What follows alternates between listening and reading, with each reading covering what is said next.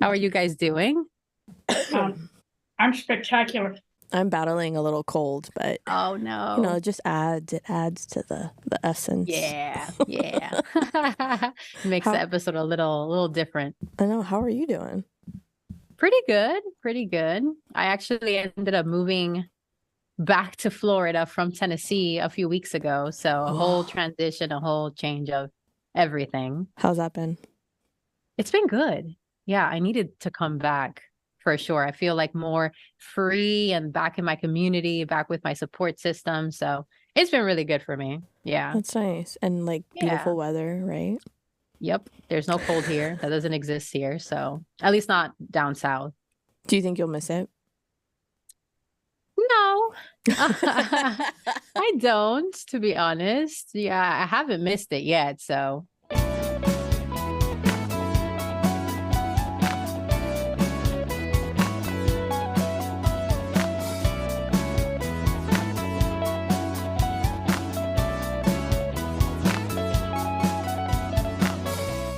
the weird thing about leaving home and coming back when you've been gone for a long time, you can actually feel like how different you've become since you've been gone. So when I came back, it was really weird because like for the first couple of days, I was like, man, I could tell I wasn't the same person that I was when I left.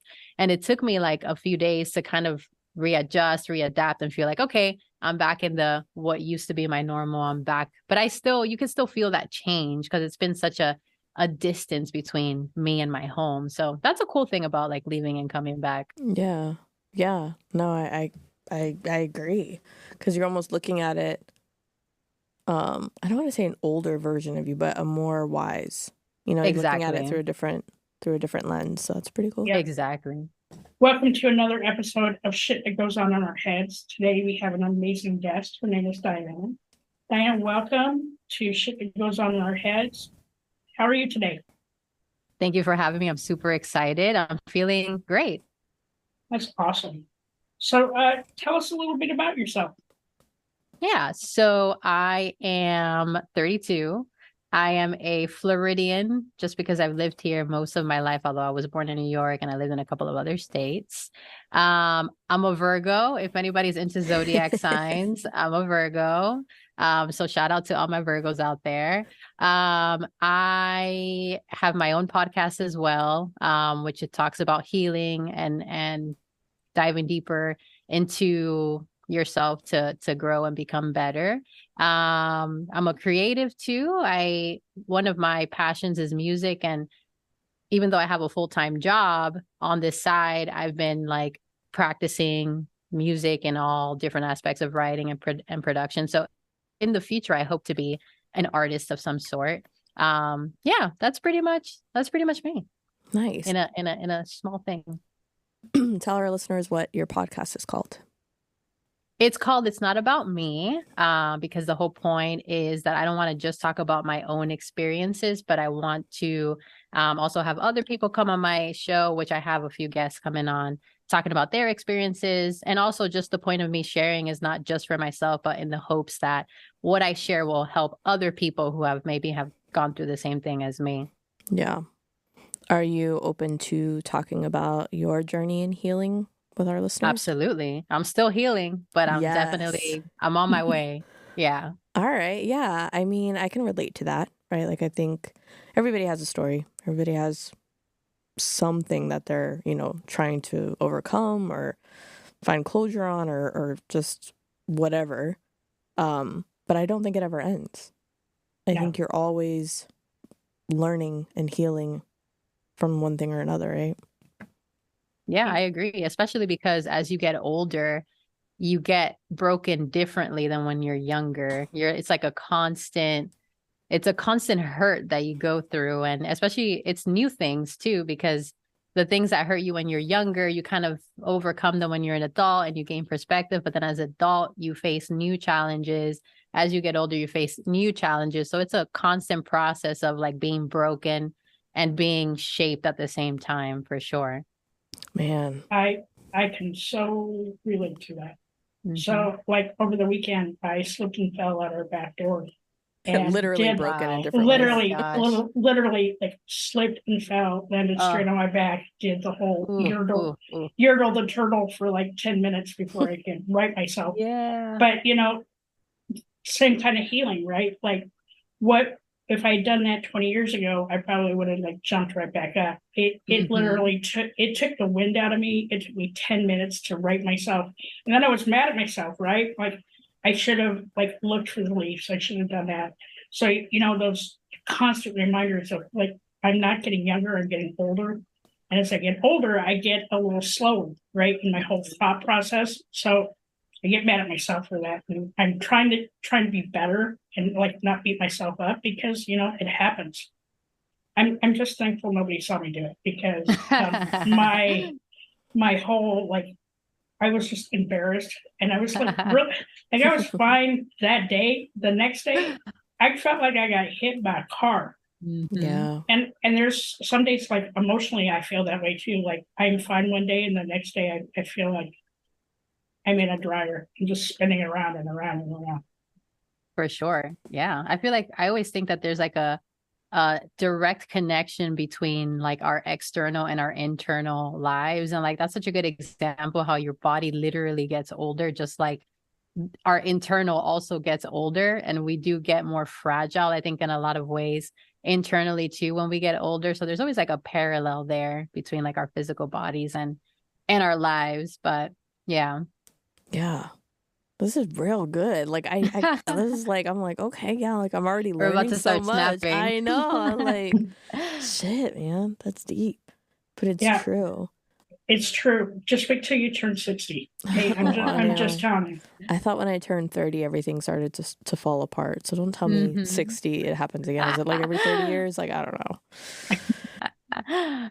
Looking back on the path that you've taken so far, has there ever been a time that you've been broken that you thought, oh, this is it, I'm not coming back from this? Or was it natural? Like, is it a natural instinct in yourself to heal and to find a way through it? I definitely have never had the perspective of like staying broken or like staying at rock bottom in terms of like pain. I am definitely like a resilient person, and that comes a lot to do with just the way that I grew up in my environment. You kind of, when you grow up in kind of like a hard environment, I mean, it depends on your personality because some people don't do well with that and they kind of have a defeatist mindset. But just me and my own personality, I definitely look at it as opposite. I'm the type of person that I like to overcome and I like to learn and I like to just like move forward. I don't like to live in the past or anything. I like to challenge myself and I like to grow and I like to face those challenges head on and face my fears head on. As hard as it can be, it definitely makes you better and more mature, and you appreciate things in life and you see things through different perspective when you start to kind of like face those things and look at things from different points of view. So yeah, I definitely will never, I don't think I'll ever be the type of person to say this is it. Like never, I don't think I'll ever face a situation where I'll just like give up. I think like instinctively we all are like survivors and we literally have an instinct to survive when we're faced with a threat. So I think that I'll always have that kind of fight or flight. And for the most part, I'm always like fight instead of flight. At least I try to be. Do you think that it was something you learned or you saw when you were younger? I think it's a little bit of both because I watched my mom. I live in a single parent household with a single mom and an older sister. And I watched my mom pretty much my whole life just like move forward. Like whenever she struggled with something, she didn't let it bring her down. She just found solutions and she just moved forward and she provided and she took care of us no matter what it took. So I definitely think that I learned that from my mom, just that hardworking fighter mentality. But definitely I think it's also a part of just who I am, just wanting to be someone who is an overcomer and not someone who is like, who uses things as an excuse to kind of like, live in a state of mind where you're like negative and pessimistic. I'm the opposite. I'll take a hard situation and I'll try to learn from it and I'll just move forward. That's just naturally what feels right to me. Yeah. when you notice that you might be starting to feel a little negative or a little down about something, is there like self-talk you use, or is there something that helps you kind of snap into the fight mode? Yeah, I mean, um, besides prayer, because I go to church and I'm a Christian, so I pray, but I also rely on not that much. I want to be better at this, but if I'm going through something really, really bad, I'll usually like reach out to like a really close friend of mine and I'll vent. Mhm. Um, I'm not great at that though. I'm not the type of person to really rely on other people. I've been trying to work on it because I know that it's a necessary thing. But really, it's just like a good meltdown really helps me. Like sometimes I just need to get that emotion Release it. out. Yes, I need to cry it out, cry it out, cry it out. And I always feel so much better once I just get it out of my system. But I definitely just have that mindset, like just move forward. Mindset of move forward, move forward, move forward. I am trying now that I've gotten older and I've learned and matured more. I actively tell myself it's okay that you're feeling this way because that's something that I didn't do before. Like I would repress a lot when I was younger, and that is obviously the opposite of what you want to do. So these days when I'm really going through it, which I have, I just tell myself, you know what? You're going to feel exactly what you're feeling. You're going to cry if you want to cry. You're not going to convince yourself that you're feeling anything other than what you're feeling. And like just allowing yourself to sit with your pain and to just like Mhm. be free to feel exactly how you feel without trying to like make everything better and be Mrs. Optimistic, which I feel like a lot of people, feel like they need to do. That has also been really helpful because then that has a lot to do with the real healing process. It's like really feeling it. You have to Yeah. feel it in order to get through it. You can't just be like, oh, no, it's okay. Like it doesn't really affect me. That's not really there. Then it's just going to come up again and come up again and come up again. And then you'll never actually get it out. Yeah. And it just I transforms. Exactly. I can totally relate to that. So like in December when all this shit went down, when I was finally able to find my footing and find my voice, right? I did sit with it. Like I had told Dirty Skittles, I cried more in 3 days than I probably did in 7 years. Right. And I finally just came to terms with everything and I quit trying to be strong. And, thank God for my wife and therapy and my friends. Like they all held me up and I couldn't hold myself up. It's probably was the darkest time of my life. And, I look back on it now and I'm almost thankful that it happened, right? Because on the outside, I'm a very happy-go-lucky person, and then on the inside, I was just dying. I had so much pain and grief and heartache and crap that happened in a really short amount of time. It happened in like 3 months, and I'm really thankful that it happened because I needed for all that to happen to be where I am today Yeah. and be in a much better headspace. Yeah. And I think allowing yourself that space to go through it and to feel it and to acknowledge it lets you move past it, or through it, Oh, I should say. Yeah, for me, one of the things that I learned in therapy, because I think I can relate to what you were saying earlier, I think for the most part, I learned it was a learned behavior to sort of just pretend like everything was fine. And, what you're feeling is you're probably overreacting, or I would minimize those emotions or just completely pretend like they weren't there. Like I can get past this if I just pretend like it didn't happen. And in therapy, one of the things that really helped me, and actually still helps me today, recognize that what I'm feeling is valid, is if I do get upset or really sad about something, I have to ask myself, is this something somebody else could feel in this situation? And it's usually always yes, right? Like I've never been like, no, nobody else. Like I'm like, yeah, this is a feeling someone else is allowed to have in this situation. Like if I was looking at it from an outsider's perspective, I would understand that they felt that way. And so it's allowed me to recognize my own emotions and that they're normal. Well, quote unquote normal. They're valid, that you can feel those things. And that's usually like the doorway to healing. So for me, Yeah. anyways. I Yeah. relate to that too, really hardcore. Like before I moved back home a few weeks ago, like I was conflicted about whether I should stay and whether I should go. And I felt kind of guilty about leaving because I felt like I should have stayed, or like I felt like I was expected to stay because it's a different place and it's a different opportunity. And I felt like kind of like this guilt about wanting to come back home. And even though I was feeling really bad, like I felt like I was on the edge of just like falling into a depression being there. It still didn't feel like I was allowed to chase something that I wanted. And then I was thinking, I was like, well, if one of my friends told me that they were feeling this way, I would tell them, yeah, go home. Like, what are you talking about? You're feeling terrible. Go home. That's what you clearly need to do.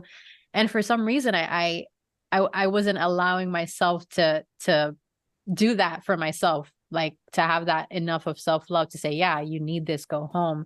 So I think it is super helpful to think like, okay, if somebody else, like you said, was feeling this way, like it's okay. It's a normal feeling. Yeah. Yeah. It's crazy what that can do for you in that moment, especially if you're used to ignoring it or pretending like, oh, or it's not a big deal. just pretending that everything's okay and trying to move on. But in the meantime, like you're getting more and more and more depressed. And like trying to keep that front up gets harder and harder and harder to do until you couldn't do it anymore. And you know, I'm guilty of that. I will tell you that will never happen again though, because I now have the tools that I need to figure out how to get past that. Yeah. Yeah, that reminds me of something else that I learned in therapy, like related to I guess coming to terms or finding closure on like trauma, childhood trauma. Once I got to a place where I could breathe and I was okay and I moved past it finally, right? Like it's no longer my burden to carry. Like I don't have to do that. I remember, and I don't know if either of you have felt this, but like I remember being anxious, wondering when is that day going to come where I'm going to feel all of those feelings again? And then realizing that the other shoe never has to drop, right? Like if you've truly moved past something, it never comes back. You know, you've moved on, like it's done. And that has been like my favorite part of my personal journey through therapy is like knowing, oh, finally, that shit's done. It ain't got to come back anymore. I don't have to fucking carry this weight. Like I'm good. Yeah. That was a freeing moment. What is one of the biggest lessons you've learned in your life? One of the biggest lessons I've learned, and I talk about this too on one of my episodes, is that we are emotional beings. I feel like emotions are something that people negative or not even negative. First of all, there is no such thing as a negative emotion. It's just an emotion. So I feel like that's already just a bad perspective that we have. But I think sometimes we're scared to feel anything other than happy, especially when we're with other people. It's like we're scared to feel sad or angry or upset about XYZ thing. And the reality is that those emotions are guides for us. And when we feel something that's uncomfortable, whether it be sadness or anger, it's important to follow that emotion to the root and figure out what's actually causing it. Because a lot of times, I feel like because we repress so much, there's a lot of little things. It gets to a point where there's a lot of little things that set us off. And it's because we've repressed so much. So now we're at the point that we're like right at the water. And when you already start feeling like these emotions, it's important to say, okay, where is this emotion coming from? You know, why am I feeling this way? What is it that caused me to feel this way?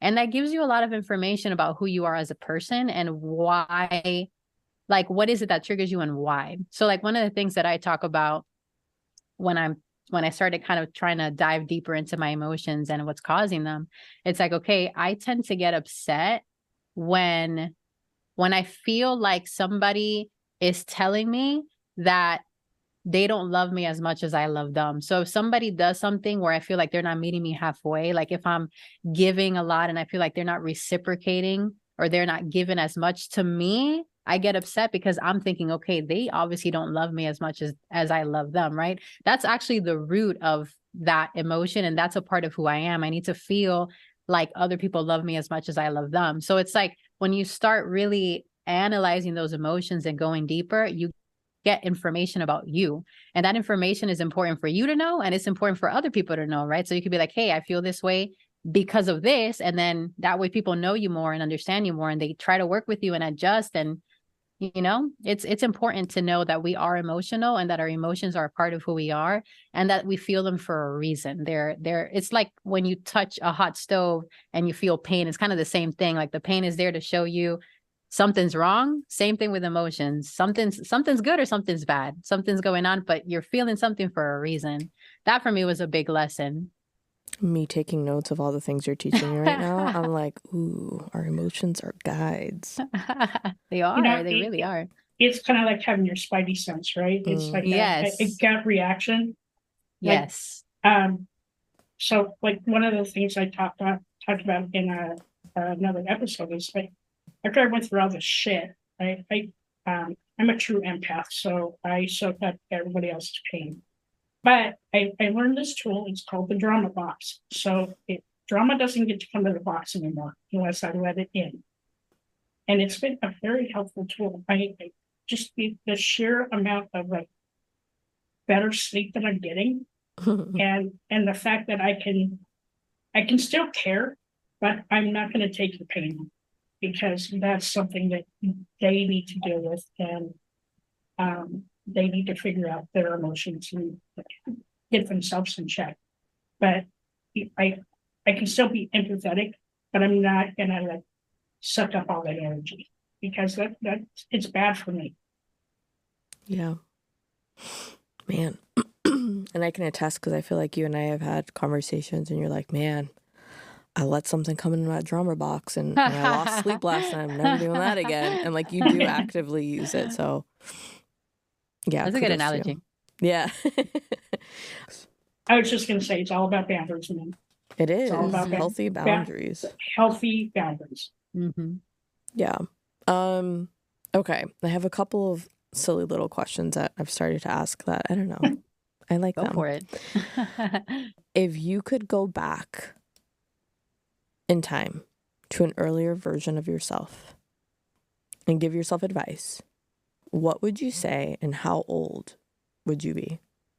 I would go back to when I was 5, because I remember when I was 5, when you're at that age, you start envisioning your future. At least for me, I don't know if that's how it is for everyone else, but I remember when I was that little, I would imagine my future and be like, okay, in the future, I'm going to be married. I'm going to have kids. I'm going to have a career. I'm going to have all these things.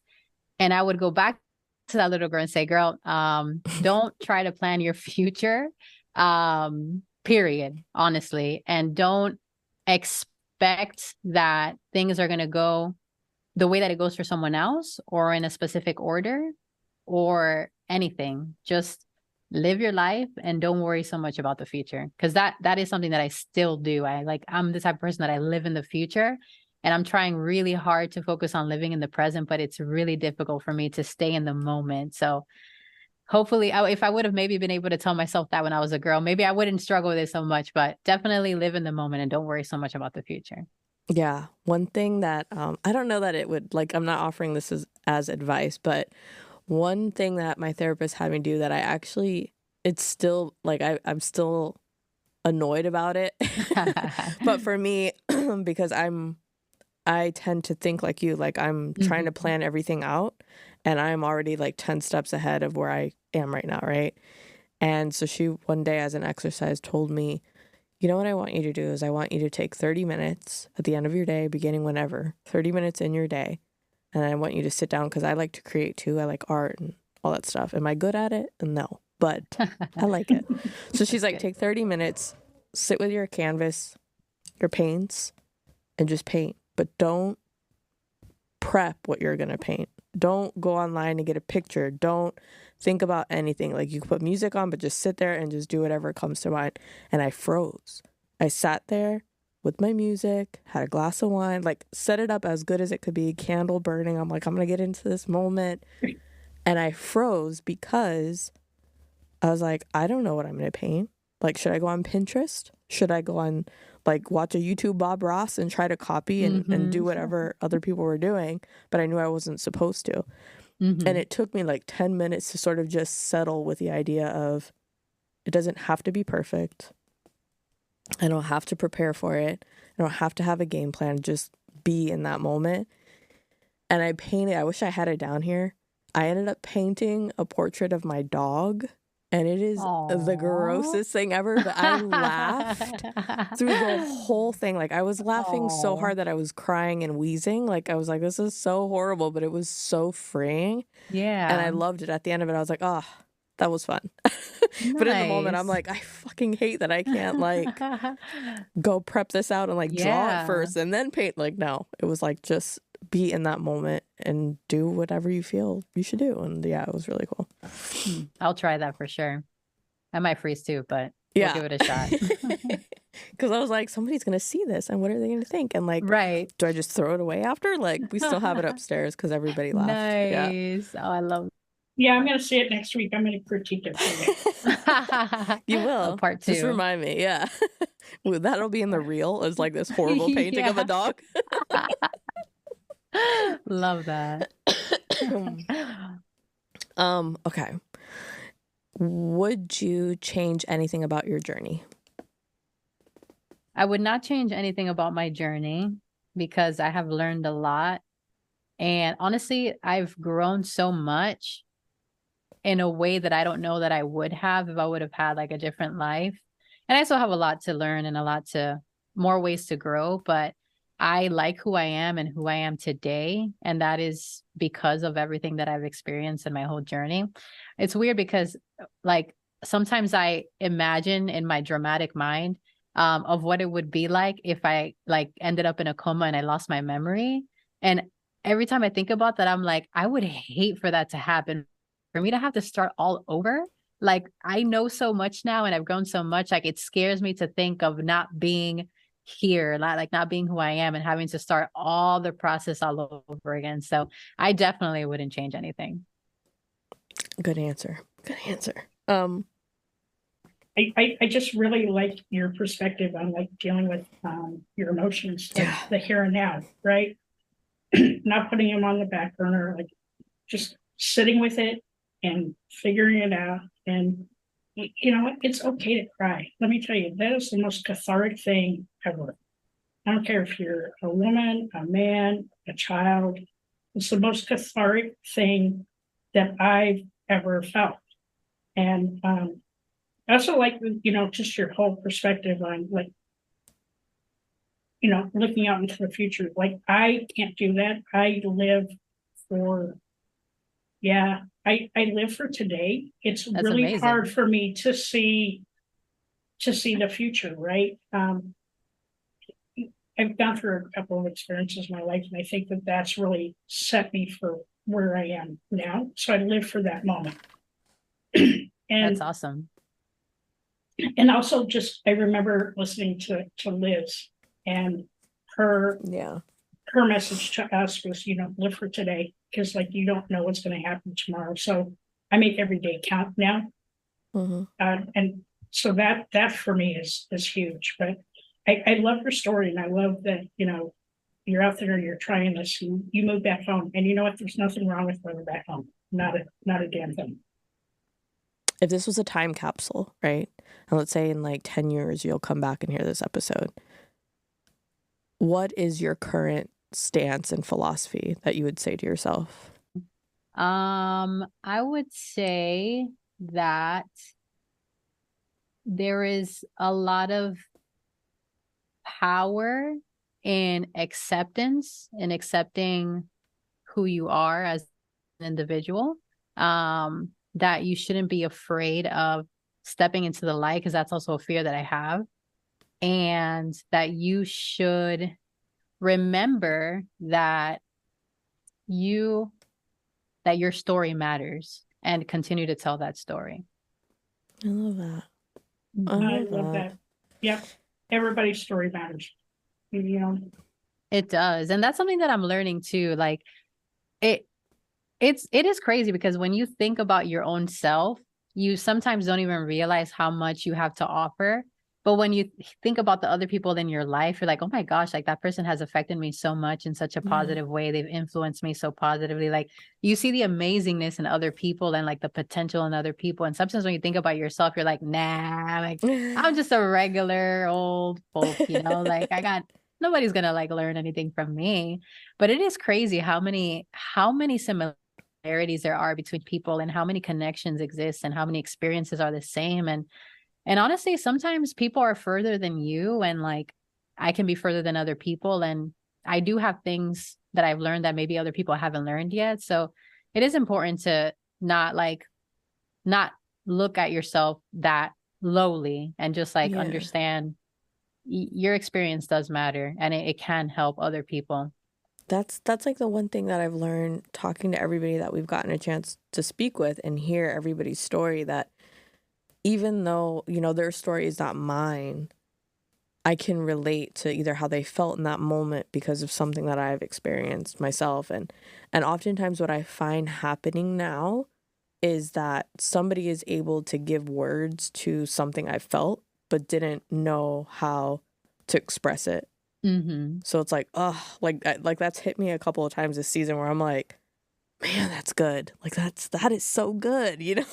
And it's Yeah, something that's on so point. simple, but it's like an emotion that I haven't put words to yet. And so like that's Mm-hmm. been very rewarding. And like you, like, bro, I wrote down 2 things already that you said, like when we I get made older, the we're broke. list. Yeah. When we get older, we're broken in different ways. I'm like, oh, so right. It, It's so true. Yeah. And so our So true. true. emotions are our guides. Yeah. Brilliant. And they really are. And another thing that I've realized too about emotions is like it's it's weird. And I don't know if this is like relatable or not, but sometimes I'm afraid to show emotion because I'm afraid to show how empathetic I am. I don't Mm, want people to see how much I care.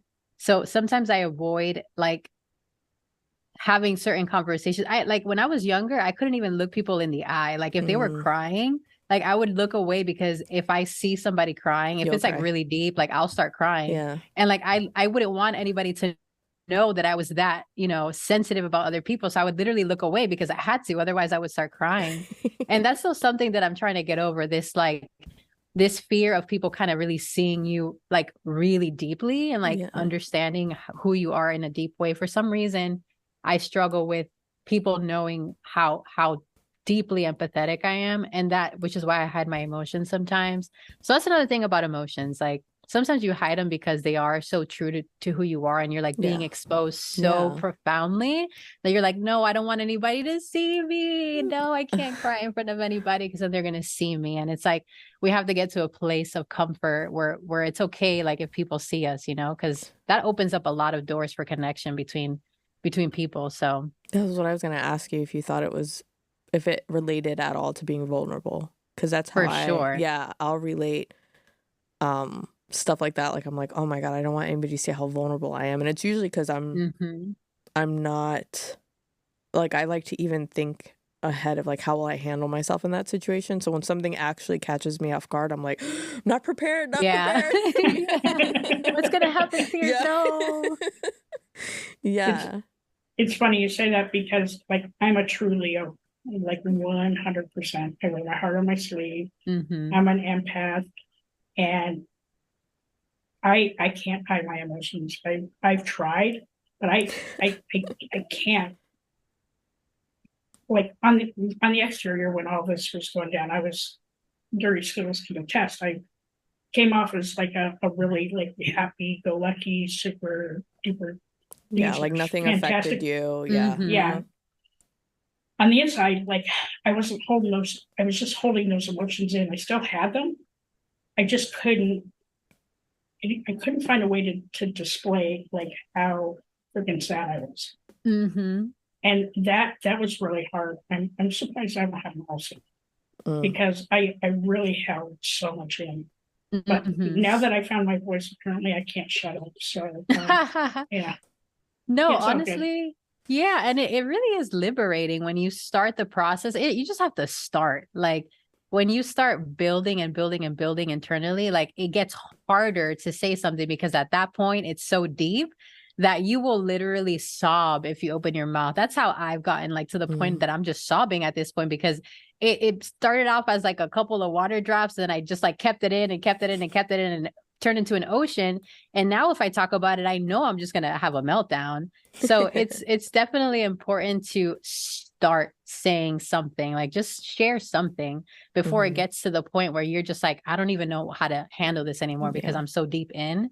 Like, just share the little things, because if you share the little things, they don't become the bigger things. I mean, you'll still have to deal with them. It's not like they go away if it's like a serious thing, but it really does help to open up. And like, the more you practice just like sharing and saying, hey, I'm sad about this, I'm sad about that, like it does get a little bit easier over time to start sharing, and you become more comfortable. It's just like anything in life. It's like, it's a skill, like anything you want to master takes practice. And that's the same thing with like sharing, like being open in front of other people. It takes practice, just like anything else.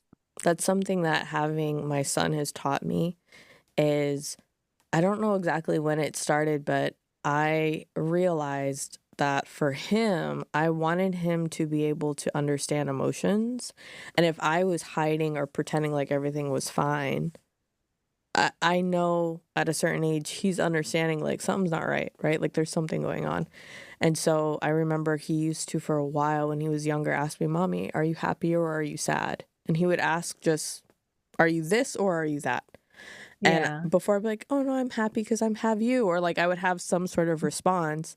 And then after I'm like, I shouldn't do that. Like I should be honest. I don't have to tell him, you know, the depths of why. But so I did. And this was before I started therapy. I would be like, you know what, I'm a little sad today, but it's okay. You can be sad on certain days. And we would have a whole open dialogue. And now, you know, he's 6. And that's one thing that I love is that he will talk about his emotions. You know what? I'm just having a really bad day.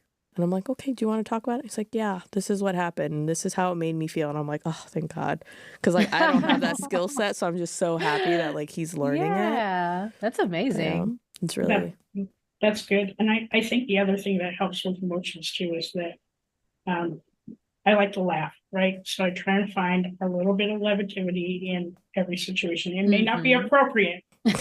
Not always appropriate, but I do try to find some levity in it, because for me, laughter is a healer for me.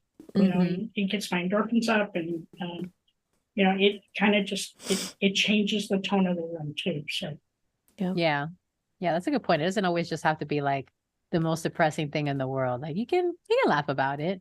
It's funny sometimes.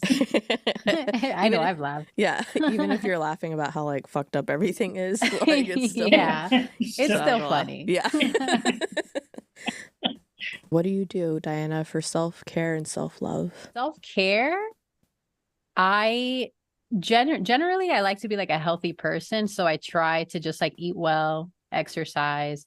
I like care really like about my physical health. Self-love. It's interesting because I thought that I had a lot of self-love before, because I have a lot of self-worth, and like I don't like suffer from low self-esteem. I'm not like the person that has imposter syndrome. I'm like the opposite person. I'm like, oh no, I'm awesome. Like I have a lot to give in terms of like my skill set. I've always been that kind of just like confident person. But then I realized that like when I had this conflict about moving back home or staying, and I didn't give myself the ability to choose what I needed, I was like, wait a second, there's a problem there. Like there's something missing in that self-love kind of concept, because why couldn't I love myself enough to let myself go for what I needed, right? So self-love is an interesting thing that I'm still kind of navigating through right now. But self-love, it's just honestly, it's recognizing your value. It's recognizing that you were created uniquely, and that literally you are like a rare thing because nobody else is like you. And when you understand that, you do love yourself, because why wouldn't you like love something that's so completely unique that no one else is? Like you got to look at yourself with those eyes, because then you're like, oh my God, I'm awesome. Like there's no one who's identical to me. I'm one of a kind. Like that one of a kind perspective definitely helps with that like appreciation of the self and loving the self. So definitely that's just my perspective, not just about myself, but about everybody else. But that's how I continue to love myself regardless of anything else. I love that. Well, Awesome. thank you. This has been phenomenal. Thank you for teaching me new things, putting words to emotions I had that didn't know how to communicate them. So I appreciate you. Thank you. Absolutely. I'm happy to be here. Happy to be here.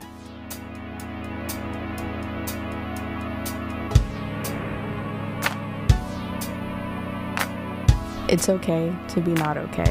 Just make sure you're talking to someone.